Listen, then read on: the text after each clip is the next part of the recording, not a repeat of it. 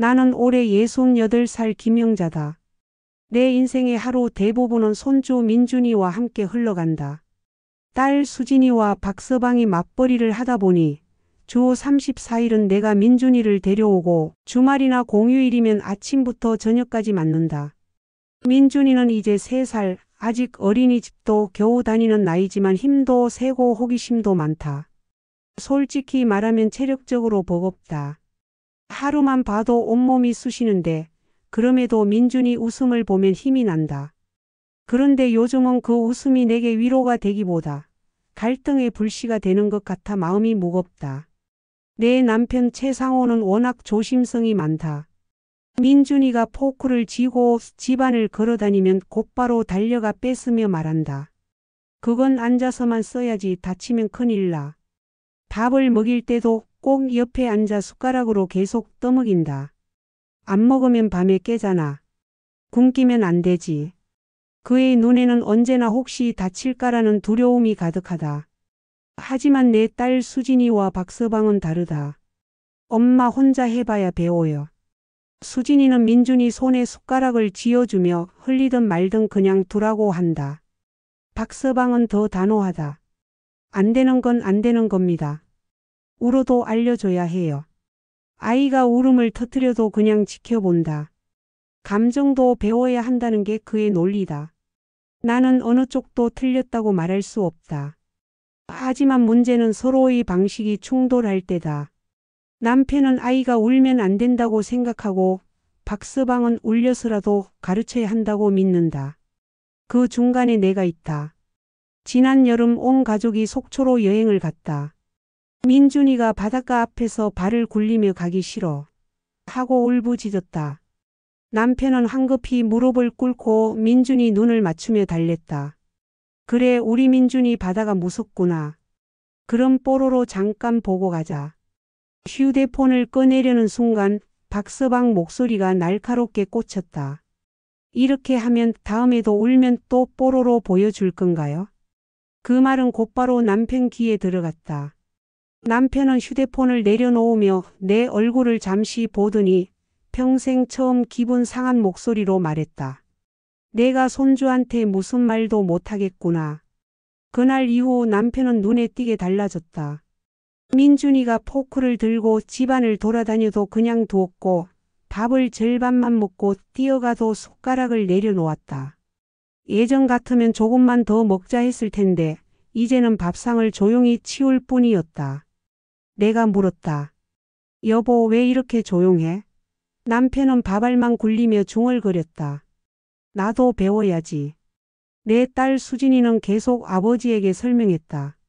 아빠, 민준이 혼자 숟가락질 하게 두면 금방 배워요.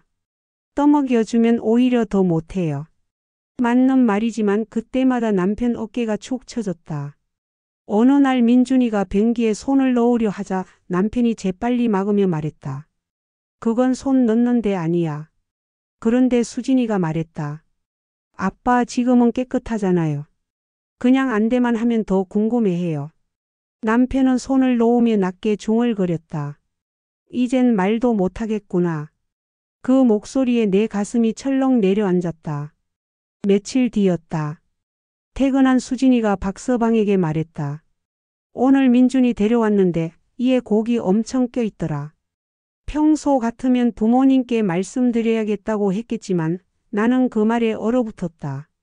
혹시라도 모든 말이 우리 탓으로 들릴까봐 입이 떨어지지 않았다.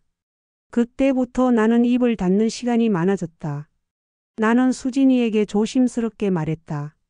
엄마가 미안하다. 우리가 너무 터치했지? 엄마 잘못 아니야. 근데 기준은 맞춰야 돼. 주양육자는 우리니까. 맞는 말이었다. 그런데 마음은 서글펐다. 나는 목소리를 낮췄다. 수진아, 내가 태어났을 때도 우리가 내 말 다 따랐잖아. 밤마다 수유시간 맞추고 트림시키고 신생아 마사지까지. 그땐 우리가 배웠지.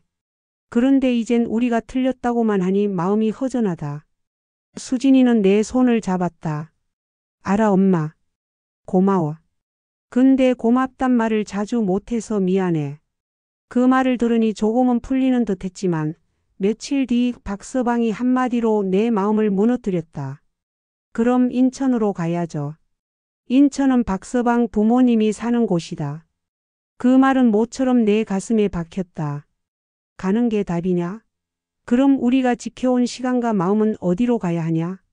그날 밤 나는 종이 한 장을 꺼내 육아 합의문이라고 제목을 적었다.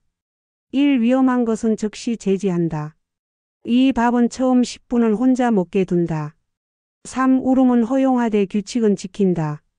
4. 서로에게 매주 한 번은 고맙다 말한다. 다음 날 아침 수진이가 냉장고 문에서 그 종이를 발견하고 웃었다. 엄마가 쓴 거야?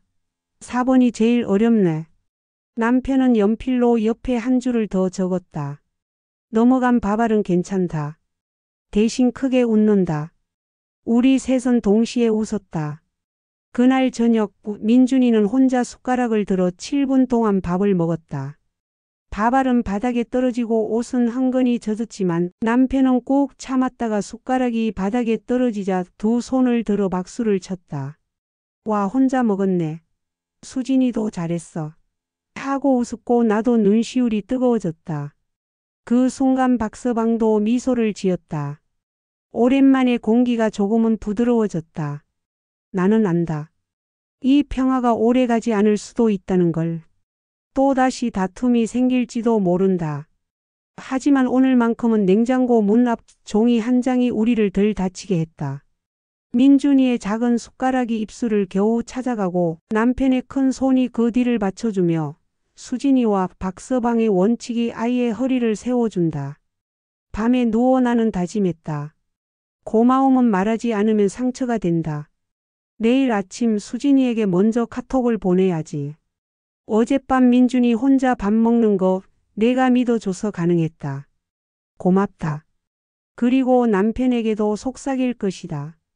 여보, 당신 덕분에 우리가 여기까지 왔어. 고마워. 민준이 방에서 들려오는 고른 숨소리가 집안을 채운다. 작은 숟가락이 부리는 기적 같은 소리. 그 소리를 들으며 나는 생각한다. 아직 이 집의 온도는 따뜻하다. 그 따뜻함이 오래 이어지기를 진심으로 바란다.